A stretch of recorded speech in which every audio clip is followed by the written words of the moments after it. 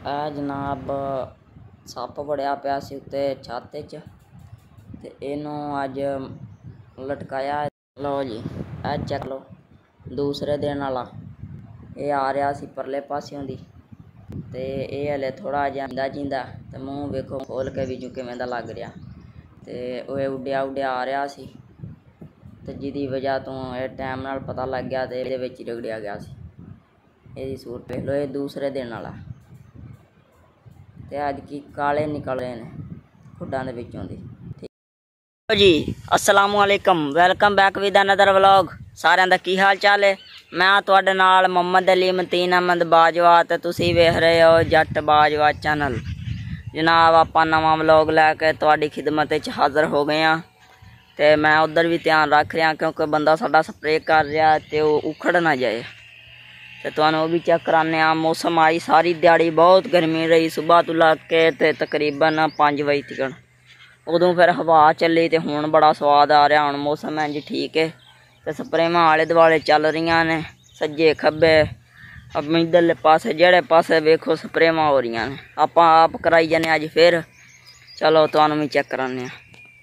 रोपट सब स्प्रे कर रहे हैं ते मैं ओड़े गिण गिण के दस जावां कि एहदे च आ जा ते एहदे च आ जा, बाकी वो कम खिच्ची आउंदा ते उत्तों बदल भी हल्का फुल्का ते इधर भी एरिया उधर भी स्प्रे चल रही है।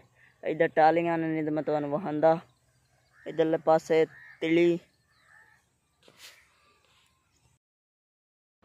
जनाब सप्प बड़िया पिया सी उत्ते छत्त च ते इनू अज लटकाया। 2 दिन दा बैठा सी आ उत्ते मोरे दे विच ते अज फिर इट पट्टी ते मार के ते हुण बाहर लई आउंदे ने ते इधर इहदी लंबाई चेक कर लो ते फिर हुण इदों बाद ना 2 दिन लंघे सन ए मार के ते उदों बाद लाला बुक डेरे वालों फिर एक उड्डिया आउंदा ते ओह फिर पैली दे विच ही मर गया ते इधर वेखो ये हले पुट्ठा पासा पिया ना ते नहीं तो सीधे पासियों इंज सी जिवें फुल काला।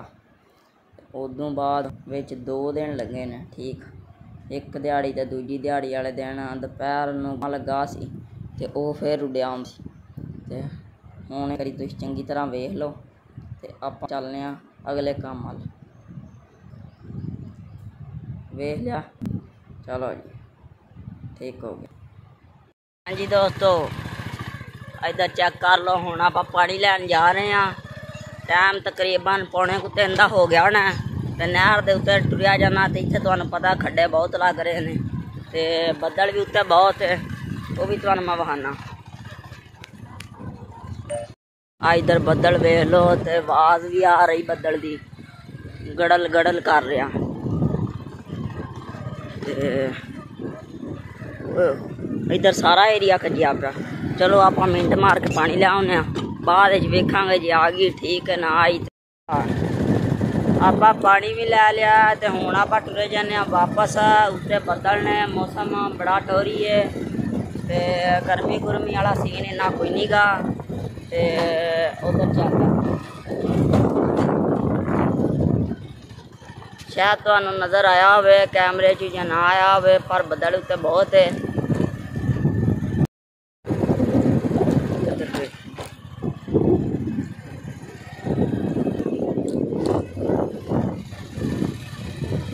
पानी चल रहा नरम्या नूं लग रहा ते नरम्या की भी सूरत हाल इधर वेख लो आला दुआला। लो जी चेक लो दूसरे दिन वाला ये आ रहा सी परले पासियों दी ते ये हले थोड़ा जिहा जींदा ते मूँह वेखो खोल के विचों किवें दा लग रहा ते ओह उड्डिया उड्डिया आ रहा सी ते जिहदी वजह तो ये टाइम नाल पता लग गया ते इहदे विच रगड़िया गया सी।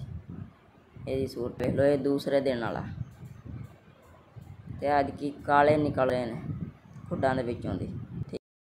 नरमा वेख लो नाल ही खुशहाल हो गया। सूरज पैण की वजह तो क्लीयर नहीं कम आ रहा, उत्ते बदल भी ने। इधर चेक करो आला दुआला सारा बदलों ना भरिया पर सूरज जड़ा ना विचकार जे करके आया जिहदी वजह तो साफ नहीं नज़र आउंदा पिया। हुण मैं टुरिया जाना घर हल्दी